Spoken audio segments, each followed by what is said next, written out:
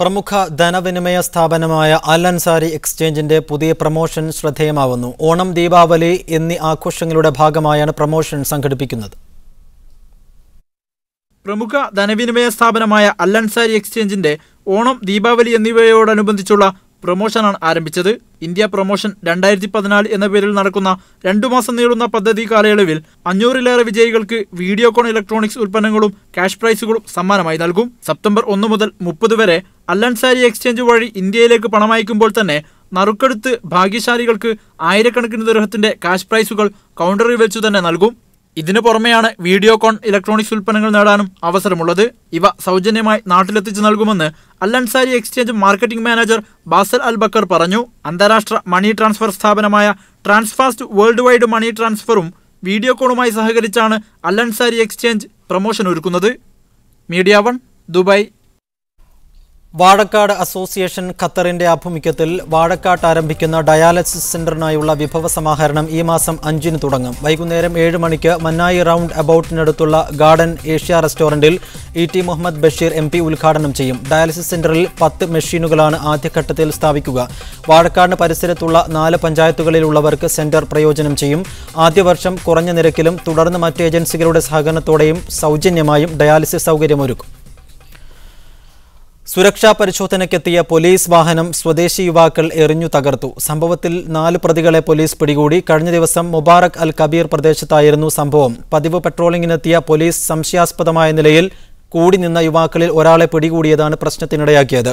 കല്ലെറിഞ്ഞ് കേടുവരുത്തിയ പോലീസ് വാഹനത്തിൽ നിന്ന് കൂട്ടുകാരനെ തിരിച്ചിറക്കിയ സംഘം ഓടി രക്ഷപ്പെടാൻ ശ്രമിക്കുന്നതിനിടെയാണ് 4 പേരെ പിടികൂടിയത്. മറ്റുള്ള പ്രതികൾക്കായി പോലീസ് തിരച്ചിൽ ഊർജിതമാക്കിയിട്ടുണ്ട്. ഇന്ത്യൻ വിമൻ ഇൻ കുവൈറ്റും ഇന്ത്യൻ എംബസിയും സംയുക്തമായി ഇൻ കേസ് ഓഫ് എമർജൻസി എന്ന തലക്കെട്ടിൽ വനിതകൾക്കായി ശില്പശാല സംഘടിപ്പിക്കുന്നു. സെപ്റ്റംബർ 11 വ്യാഴാഴ്ച വൈകിട്ട് 6:30-ന് ഇന്ത്യൻ എംബസി ഓഡിറ്റോറിയത്തിലാണ് ശില്പശാല. അടിയന്തര ഘട്ടങ്ങളിൽ പ്രവാസി സ്ത്രീകൾ എങ്ങനെ തരണം ചെയ്യണം എന്നതിനെക്കുറിച്ച് വിദഗ്ധ ക്ലാസുകൾ, ഓപ്പൺ ഫോറം എന്നിവ ഉണ്ടാകും. വാർത്തകൾ തുടരുന്നു. ഭാര്യയെയും 5 വയസ്സുകാരനായ മകനെയും കൊലപ്പെടുത്തി ഫ്ളാറ്റിന് തീവച്ച സംഭവത്തിൽ രാജസ്ഥാൻ സ്വദേശി സൗദി പോലീസിന്റെ പിടിയിലായി. ഇലക്ട്രിക്കൽ എഞ്ചിനീയറായി ജോലി ചെയ്യുന്ന നരേന്ദ്രകുമാർ ശർമ്മ എന്നയാളാണ് പിടിയിലായത്. ഞായറാഴ്ച രാവിലെ റിയാദിലെ ഷുമൈസിയിലെ ഫ്ളാറ്റിലായിരുന്നു കത്തിക്കരിഞ്ഞ നിലയിൽ അമ്മയുടെയും കുട്ടിയുടെയും മൃതദേഹങ്ങൾ കണ്ടെത്തിയത്. കൊലയ്ക്ക് ശേഷം തെളിവ് നശിപ്പിക്കാനും തീ പടർന്നാണ് മരിച്ചതെന്ന് വരുത്തി തീർക്കാനുമാണ് തീയിട്ടതെന്ന് ഇയാൾ കുറ്റസമ്മതം നടത്തിയിട്ടുണ്ട്. അടുത്തിടെയാണ് ഇയാൾ കുടുംബത്തെ സന്ദർശക വിസയിൽ റിയാദിൽ കൊണ്ടുവന്നത്. സംഭവത്തെക്കുറിച്ചുള്ള അന്വേഷണം പുരോഗമിക്കുകയാണ്. മൃതദേഹങ്ങൾ ഷുമൈസി ആശുപത്രിയിൽ സൂക്ഷിച്ചിരിക്കുകയാണ്.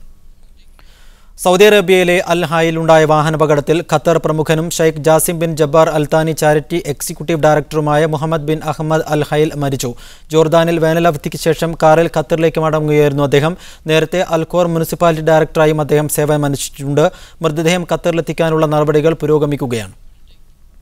OICC Najran zone committee Rajiv Gandhi ever rolling ട്രോഫിക്ക് വേണ്ടി ഫുട്ബോൾ ടൂർണമെന്റ് സംഘടിപ്പിക്കുന്നു. ബലിപെരുന്നാൾ ദിനത്തിലാണ് മത്സരങ്ങൾ നടക്കുക. മത്സരത്തിൽ പങ്കെടുക്കാൻ ആഗ്രഹിക്കുന്ന ടീമുകൾ സെപ്റ്റംബർ 15-നകം കമ്മിറ്റിയുമായി ബന്ധപ്പെടണം. ടൂർണമെന്റ് കൺവീനറുമായി റിയാസ് കോട്ടൂരാനെ തെരഞ്ഞെടുത്തു. വെസ്റ്റ് ബാങ്കിൽ അധിനിവേശം കൂടുതൽ മേഖലയിലേക്ക് വ്യാപിപ്പിക്കാനുള്ള ഇസ്രായേൽ നടപടിക്കെതിരെ വ്യാപക വിമർശം. നീക്കത്തെ വിമർശിച്ച് ഇസ്രായേൽ മന്ത്രി തന്നെ രംഗത്ത് വന്നു. വെസ്റ്റ് ബാങ്കിലെ 1000-ഓളം ഏക്കർ ഭൂമിയുടെ മേൽ അവകാശവാദം ഉന്നയിച്ച് ഇസ്രായേൽ നീക്കം തുടങ്ങിയത് മേഖലയിൽ പുതിയ സംഘർഷത്തിനുള്ള സാഹചര്യം സൃഷ്ടിക്കുകയാണ്.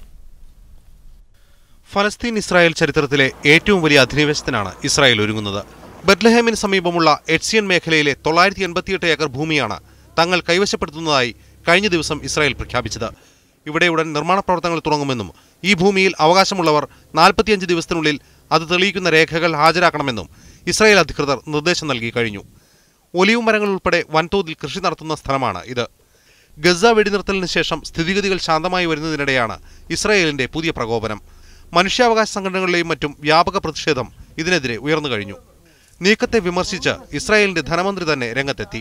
ഇത്രയും വലിയ കുടിയേറ്റത്തിന് പറ്റിയ സന്ദർഭമല്ല ഇതെന്നാണ് ധനമന്ത്രി യായിൽ ലാപിഡിന്റെ വിമർശം. നടപടി അമേരിക്കയുടെയും അന്താരാഷ്ട്ര സമൂഹത്തിന്റെയും എതിർപ്പ് ക്ഷണിച്ചു വരുത്തുമെന്ന് ലാപിഡ് പറഞ്ഞു. להתנהלות מדינית שקולה יותר ולא לייצר מריבות מיותרות עם ארצות הברית ועם הקהילה הבינלאומית. എന്നാൽ വിദേശകാര്യമന്ത്രി അവിഗ്ദോർ ലിബർമാൻ അധിനിവേശത്തെ ന്യായീകരിച്ച് രംഗത്തെത്തി. News desk media 1. അവസാനമായി പ്രധാന വാർത്തകൾ വീണ്ടും. സായുധ വിഭാഗമായ ഐസിസിനെതിരെ അറബ് രാഷ്ട്രങ്ങൾ രംഗത്ത്. ഐസിസിനെതിരെ യോജിച്ച ഐക്യനിര കെട്ടിപ്പടുക്കാൻ നടപടി തുടങ്ങി. സംഘടനയെ തള്ളിപ്പറയേണ്ടത് ആവശ്യമെന്ന് ഗൾഫ് സഹകരണ കൗൺസിൽ സമ്മേളനം. അമേരിക്കൻ മാധ്യമപ്രവർത്തകൻ സ്റ്റീഫൻ നോട്ട്ലോഫിനെ ICS തീവ്രവാദികൾ കൊലപ്പെടുത്തി. വിസ കച്ചവടത്തിനെതിരെ കടുത്ത നടപടികളുമായി കുവൈത്ത് തൊഴിൽ വകുപ്പ്. കുറ്റം തെളിഞ്ഞാൽ കമ്പനി ഉടമയ്ക്ക് 15 വർഷം വരെ തടവും വൻതുക പിഴയും. ഖാദിം വിസ മാറ്റത്തിന് സ്പോൺസറുടെ കീഴിൽ 1 വർഷം പൂർത്തിയാക്കണമെന്ന നിബന്ധന പുനഃപരിശോധിക്കുമെന്നും തൊഴിൽ സാമൂഹ്യക്ഷേമ മന്ത്രി. വെസ്റ്റ് ബാങ്കിൽ അധിനിവേശം വ്യാപിപ്പിക്കാനുള്ള ഇസ്രായേൽ നടപടിക്കെതിരെ വ്യാപക വിമർശനം. പ്രദേശത്ത് 1000-ഓളം ഏക്കർ ഭൂമി തങ്ങളുടേതെന്ന അവകാശവാദം. നീക്കത്തെ വിമർശിച്ച് ഇസ്രായേൽ മന്ത്രി രംഗത്ത്. ഇസ്രായേൽ നീക്കം മേഖലയിൽ സംഘർഷം സൃഷ്ടിക്കുമെന്ന് വിലയിരുത്തൽ. ഇതോടെ ന്യൂസ് 1 മിഡിൽ ഈസ്റ്റ് ഇവിടെ പൂർണ്ണമാവുന്നു. Good night and good bye.